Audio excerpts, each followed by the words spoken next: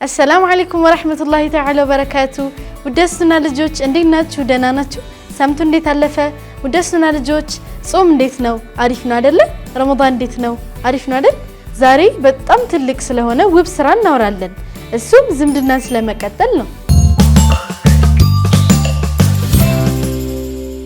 ዝምድና መቀጠል ማለት ልክ እንደ ድልድይ ነው። እሱም ቤተሰቦቻችንንና ዘመዶቻችንን በመፈለግ የምንገነባው የፍቅር ድልድይ ነው። ረመዳን ደግሞ ይህ ድልድይ ይበልጥ የሚጠናከርበት ልዩ ድልድይ ነው። ልጆች ይህንን ድልድይ ለመገንባት ዝግጁ ናችሁ? በረመዳን ዘመዶቻችንን ሁሉ ለመፈለግ እንዲመችን አንድ ዘዴ አለን። እሱም የዘመድ ዝርዝር ማውጣት ነው። ዝርዝሩን ለማውጣት መጀመሪያ ከእናትና ከአባታችሁ ጋር ተቀመጡ። የእናታችሁን አባት፣ ወንድም፣ አጎት የመሳሰሉትን ከአባታችሁም ጭምር የመሳሰሉትን በወረቀት ላይ ጻፉ፣ ከነስልክ ቁጥራቸው ማለት ነው። ከዛን ቀን ዛሬ ለከሌ ደውላለሁ፣ ነገ ደግሞ ለከሌ ደውላለሁ ብላችሁ ፕሮግራም አውጡ።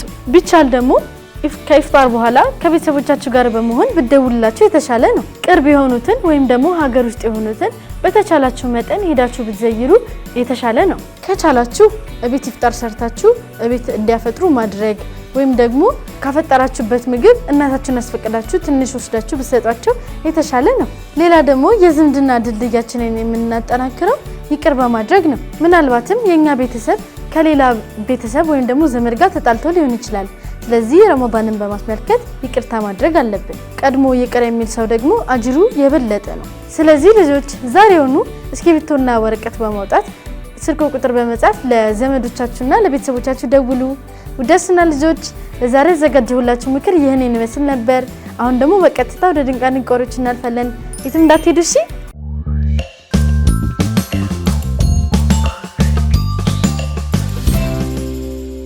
ወደስና ልጆች ለዒድ አዲስ ጫማና አዲስ ልብስ ስታገኙ ምን ይሰማችኋል? ያንን አዲስ ጫማ ወይም ደግሞ ልብስ እናንተ የዒድ ቀን ሳትለብሱት ለሌላ ሰው ማጋራት መስጠት ልባችሁ ይችላችኋል? ዛሬ ስለ አንዲት አስማ ስለምትባል ልጅ ልንገራችሁ። እድሜዋ 8 ዓመቷ ነው። አስማ ለዒድ አንድ ቀይ ጫማ ተገዛላት። አንድ ቀን ወደ መስጂድ ከእናቷ ጋር ስትሄድ አንዲት ህፃን ልጅ የተቀደደ ጫማ ለብሳ ስትሄድ ታያታለች። ከዛ በኋላ አስማ በዛ ባዶ እግሯ ስትሄድ በጣም ታዝንላታለች።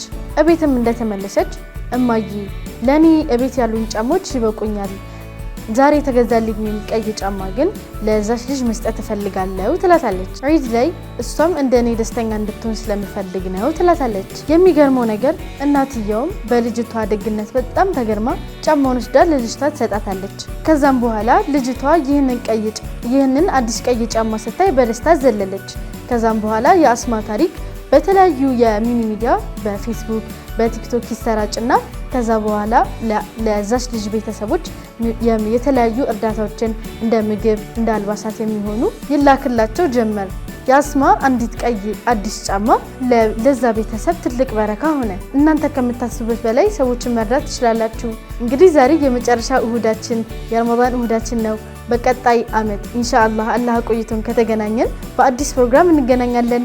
ወደስና ልጆች ለዛሬ ዘጋጀሁላችሁ ድንቃድንቅ ይሄንን ይመስል ነበር። በቀጣይ ሳምንት እስክንገናኝ ድረስ ቻቻስና ልጆች